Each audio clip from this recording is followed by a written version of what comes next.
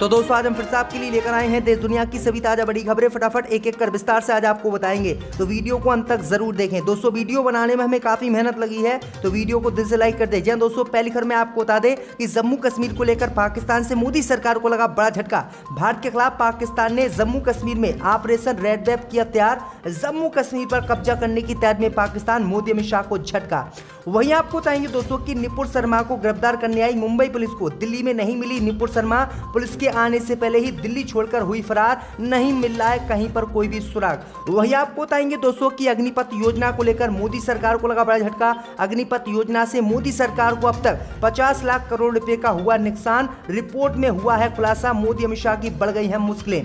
वहीं आपको बताएंगे कि दोस्तों की कृषि कानून के बाद मोदी सरकार की अग्निपथ योजना के विरोध में उतरे किसान नेता राकेश टिकैत। बोले किसानों पर कोशिश मोदी सरकार की रही फेल, तो अब नौजवानों को कॉन्ट्रैक्ट पर लाने की तैयारी कर रही है सरकार। वहीं आपको बताएंगे दोस्तों कि मुसलमानों के खिलाफ जहर उगलने वाली भोपाल सांसद साध्वी प्रज्ञा को मिली जान से मारने की धमकी। दाऊद गैंग का नाम आया सामने। वहीं आपको बताएंगे दोस्तों कि नुपुर शर्मा का विरोध करने पर मुसलमानों की संपत्ति को जब्त करेगी उत्तर प्रदेश में योगी सरकार। योगी सरकार ने नुकसान की लागत वसूलने के लिए नोटिस मुसलमानों के खिलाफ किया जारी। तो दोस्तों सभी खबरों को आपको एक कर बताने वाले हैं, वीडियो को लाइक कर चैनल को सब्सक्राइब जरूर कर दें। इसी बीच पर तो दोस्तों अगली खबर की ओर, तो पाकिस्तान से मोदी सरकार को लगा बड़ा झटका। जम्मू कश्मीर पर कब्जा करने के लिए पाकिस्तान ने चोरी छुपे चलाया ऑपरेशन रेड वेब, मोदी के उड़े हो जाए। दोस्तों आपको बता दें ये बड़ी खबर सामने निकल कर आई दोस्तों की जम्मू कश्मीर को लेकर पाकिस्तान से आज मोदी सरकार को बड़ा झटका लगा है। पाकिस्तान ने जम्मू कश्मीर पर कब्जा करने के लिए चोरी छुपे ऑपरेशन रेड वेब चलाया है, जिसके तहत पाकिस्तान लगातार कश्मीरी हिंदुओं और बीजेपी नेताओं को जम्मू कश्मीर में निशाना बना रहा है, जिससे मोदी सरकार की लगातार मुश्किलें बढ़ी हुई है। दरअसल आपको बता दें कि जैसे ही मोदी सरकार को पाकिस्तान के इस ऑपरेशन का पता चला, तो मोदी अमित शाह के होश उड़ गए और मोदी सरकार बुरी तरह से बैकफुट पर आ गई। दरअसल आपको बता दें कि पाकिस्तान लगातार मोदी सरकार से जम्मू कश्मीर को अपने कब्जे में लेने की बात दुनिया भर में कहता है, और दुनिया भर के देश कई बार पाकिस्तान के इस मामले को लेकर समर्थन भी कर चुके हैं।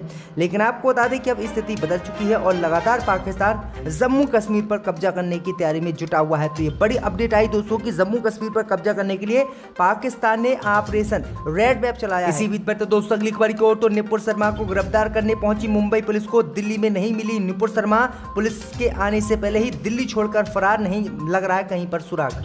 दोस्तों आपको बता दें कि पैगंबर मोहम्मद साहब पर विवादित टिप्पणी करने वाली बीजेपी नेता की गिरफ्तारी को लेकर मुंबई पुलिस दिल्ली पहुंच गई है। दिल्ली पहुंचने के बाद मुंबई पुलिस ने नुपुर शर्मा के ठिकाने पर छापेमारी की, लेकिन कहीं पर भी नुपुर शर्मा नहीं मिल पाई। वहीं आपको बता दें कि नुपुर शर्मा को दिल्ली में मुंबई पुलिस ढूंढ रही है, लेकिन मुंबई पुलिस के दिल्ली आने से पहले ही नुपुर शर्मा दिल्ली से फरार है और अभी तक उनका कोई भी सुराग नहीं मिला है कि दिल्ली छोड़कर आखिरकार नुपुर शर्मा कहाँ गई हैं। मैं आपको बता दें कि मुंबई पुलिस नुपुर शर्मा को बीते 5 दिनों से दिल्ली में ढूंढ रही है। नुपुर शर्मा ने अपना फोन भी स्विच ऑफ कर रखा है, जिसके कारण उनकी लोकेशन भी नहीं पता चल पा रही कि वो कहाँ है। दरअसल आपको बता दें कि पैगंबर मोहम्मद साहब पर विवादित बयान देकर नुपुर शर्मा की मुश्किलें बढ़ी थी और नुपुर शर्मा को गिरफ्तार करने के लिए मुंबई पुलिस दिल्ली पहुंची थी, लेकिन नुपुर शर्मा अब अंडरग्राउंड हो गई है और मुंबई पुलिस के अधिकारी को कहना है कि उनके पास सबूत हैं और वह सबूतों के आधार पर ही नुपुर शर्मा को गिरफ्तार करके महाराष्ट्र लाएंगे। तो ये बड़ी अपडेट आ रही दोस्तों।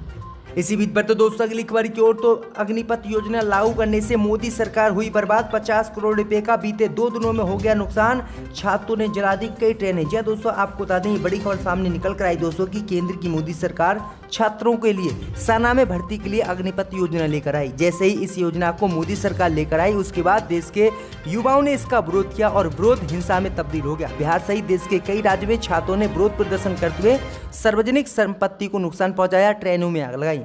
लेकिन आपको बता दें कि इस नुकसान की भरपाई अभी तक मोदी सरकार ने किसी से नहीं की है। लेकिन अब खबर सामने निकल कर आई दोस्तों कि जो छात्रों ने मोदी सरकार की अग्निपथ योजना का विरोध किया है, उसमें 50 लाख करोड़ रुपए का नुकसान मोदी सरकार को हो गया है। जीपीआई की रिपोर्ट में आज इसको लेकर खुलासा किया गया है, जिसके बाद भाजपा की मुश्किलें बढ़ गई। तो ये बड़ी अपडेट आ रही दोस्तों कि मोदी सरकार को 50 लाख करोड़ रुपए का इस हिंसा को लेकर इसी बीच पर तो दोस्तों अगली खबर की ओर, तो कृषि कानून के बाद मोदी की अग्निपथ योजना के विरोध में उतरे राकेश टिकैत। बोले किसानों पर कोशिश रही फेल, तो अब नौजवानों को कॉन्ट्रैक्ट पर लाने की तैयारी कर रही है मोदी सरकार।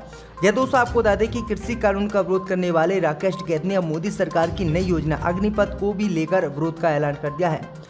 अग्निपथ स्कीम को लेकर हो रहे प्रदर्शन का किसान नेता राकेश टिकैत ने समर्थन किया है और केंद्र की मोदी सरकार को घेरते हुए उन्होंने कहा कि 3 कृषि कानून के जरिए किसानों को कॉन्ट्रैक्ट पर लाने के प्रयास के बाद अब नौजवानों को लेकर ये कोशिश मोदी सरकार द्वारा की जा रही है। राकेश टिकैत ने कहा है कि पहले भी सरकार अपनी इस कोशिश में नाकाम रही और अब नौजवानों पर हो रही इस कोशिश में भी वह असफलता ही हासिल करेगी, क्योंकि किसी भी कीमत पर नौजवान नहीं मानेंगे और हम इसका विरोध करेंगे। उन्होंने आगे ट्वीट करके लिखा है कि पहले मोदी जी ने किसानों को कॉन्ट्रैक्ट पर लाने की असफल कोशिश की, अब देश के नौजवानों अग्निवीरों को कॉन्ट्रैक्ट पर लाने की कोशिश की जा रही है और ना तो ये पहले काम पूरा हुआ था और ना ही अब काम पूरा होगा। तो ये बड़ी अपडेट आई दोस्तों कि राकेश टिकैत ने विरोध की चेतावनी मोदी सरकार को दे दी है और अग्निपथ योजना को लेकर देश में फिर से कोई बड़ा आंदोलन कृषि कानून की तरह ही खड़ा हो सकता है। इसी बीच बढ़ते दोस्तों अगली खबर की ओर, तो मुसलमानों के खिलाफ जहर उगलने वाली भोपाल से बीजेपी सांसद प्रज्ञा सिंह ठाकुर को मिली जान से मारने की धमकी। जदों आपको बता दें कि अपने विवादित बयानों से हमेशा सुर्खियों में रहने वाली भोपाल से बीजेपी सांसद साध्वी प्रज्ञा ठाकुर को जान से मारने की धमकी आज मिली है। बताया जा रहा है कि उन्हें किसी अज्ञात नंबर से फोन कर धमकी दी गई है। मामला सामने आने के बाद पुलिस में रिपोर्ट दर्ज कराई गई है। बीजेपी सांसद की तरफ से राजधानी भोपाल की टीटी नगर थाने में दर्ज हुई शिकायत में बताया गया है कि साध्वी प्रज्ञा ठाकुर को दाऊद गैंग का हवाला देकर धमकी दी गई है। उन्हें जिस नंबर से फोन आया है उसमें खुद को दाऊद इब्राहिम के भाई इकबाल कासकर का नाम बताया गया। तो ये बड़ी अपडेट आ रही दोस्तों। वहीं फोन करके उसने कहा कि तुम्हारी हत्या होने वाली है, इसलिए बोल दिया है। मामला सामने आने के बाद सांसद ने पुलिस से मामले की शिकायत की है, जिसके बाद पुलिस ने मामले की जांच करना शुरू कर दिया। तो ये बड़ी अपडेट आई दोस्तों, क्योंकि ये लगातार मुसलमानों के खिलाफ ऐसे ही बोलती है। इसी बीच पर तो दोस्तों अगली खबर की ओर, तो अग्निपथ स्कीम के विरोध के बाद बिहार के 15 जिलों में इंटरनेट बंद, राजद ने किया विरोध। जदों आपको बता दें कि सेना भर्ती की नई योजना अग्निपथ की लॉन्चिंग के साथ बिहार में शुरू हुआ उपद्रव को थमने का नाम नहीं ले रहा है। सरकार ने इसी मामले को लेकर 15 जिलों में इंटरनेट सेवाओं पर प्रतिबंध लगा दिया है। प्रशासन को इस बात के पूरे सबूत मिले हैं कि इंटरनेट मीडिया के जरिए युवाओं को भड़काने और गुमराह करने की कोशिश की जा रही है। राज्य के मुख्य विपक्षी दल राष्ट्रीय जनता दल को ये फैसला मंजूर नहीं है। राजद ने इंटरनेट सेवाओं पर प्रतिबंध से आम लोगों को होने वाली परेशानी का जिक्र करते हुए इसे तुरंत वापस लेने की मांग की है। दरअसल आपको बता दें कि जैसे ही मोदी सरकार ने अग्निपथ योजना को लॉन्च किया, उसके बाद बिहार में युवाओं ने इसका जबरदस्त विरोध किया और इसी का विरोध करते हुए राजद भी छात्रों के समर्थन में है। इसी बीच पर तो दोस्तों अगली खबर की ओर, तो पूरी पीठ के शंकराचार्य ने भारत को हिंदू राष्ट्र बनाने की मोदी से की मांग। कहा, भारत के हिंदू राष्ट्र बनते ही दुनिया के 15 और देश बनेंगे हिंदू राष्ट्र। जदों साहब को बता दें कि रायपुर पुरी पीठ के शंकराचार्य स्वामी निश्चलानंद सरस्वती ने कहा कि अगले 3.5 साल में भारत हिंदू राष्ट्र बन जाएगा। उन्होंने कहा है कि मॉरिशस समेत 15 देश इसी इंतजार में है कि भारत कब हिंदू राष्ट्र घोषित होता है। भारत के हिंदू राष्ट्र घोषित होते ही 15 देश भी 1 साल के भीतर हिंदू राष्ट्र घोषित हो जाएंगे। शंकराचार्य ने आगे कहा है कि भारत हिंदू राष्ट्र घोषित हो, इसमें आपत्ति क्या है? दुनिया में कोई वस्तु धर्मनिरपेक्ष नहीं है। धर्मनिरपेक्ष शब्द धोखा है। शिरडी वाले साईं बाबा के मुस्लिम होने के सवाल पर उन्होंने कहा कि अगर साईं बाबा मुस्लिम थे तो किसी भी मस्जिद में उनकी मूर्ति स्थापित करा कर दिखाएं। इसके बाद गुलेर राजनीति पर उन्होंने कहा कि कोई भी कार्रवाई पक्षपातपूर्ण नहीं होनी चाहिए। अगर कोई कोर्ट के आदेश का उल्लंघन करता है तो उसके खिलाफ ऐसी कार्रवाई होनी चाहिए। तो ये बड़ी अपडेट आ रही दोस्तों कि हिंदू संगठनों ने ये बड़ी मांगे अब की है। इसी बीच पर तो दोस्तों अगली खबर की ओर, तो तेलंगाना में अग्निपथ योजना के विरोध प्रदर्शन के दौरान एक व्यक्ति की मौत, तो सरकार ने 25 लाख रुपए सहित सरकारी नौकरी परिवार को देने का किया ऐलान। जदों साहब को बता दें कि तेलंगाना सरकार ने शुक्रवार को नई सशस्त्र बलों की भर्ती नीति अग्निपथ के विरोध के दौरान सिकंदराबाद रेलवे स्टेशन पर रेलवे पुलिस फायरिंग में मारे गए युवक के परिवार के लिए 25 लाख रुपए की अनुग्रह राशि की घोषणा की है। मुख्यमंत्री के चंद्रशेखर राव ने शुक्रवार रात राज्य के वरंगला जिले के दबीरपेट गांव के रहने वाले डी राकेश के परिजनों को मुआवजे की घोषणा की है।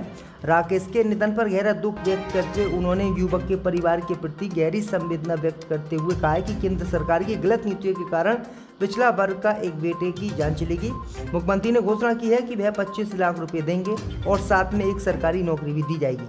ये बड़ी अपडेट आ रही है दोस्तों। इसी बीच पर तो दोस्तों अगली खबर की ओर, तो निपुण शर्मा का विरोध करने वाले आरोपियों की संपत्ति की लागत वसूलेगी यूपी सरकार। जय दोस्तों आपको बता दें कि उत्तर प्रदेश की योगी सरकार ने इसी महीने की शुरुआत में कानपुर और प्रयागराज में हुई हिंसा में शामिल आरोपियों से सार्वजनिक और सरकारी संपत्ति को हुए नुकसान के लिए हर्जाना वसूलने का ऐलान किया है।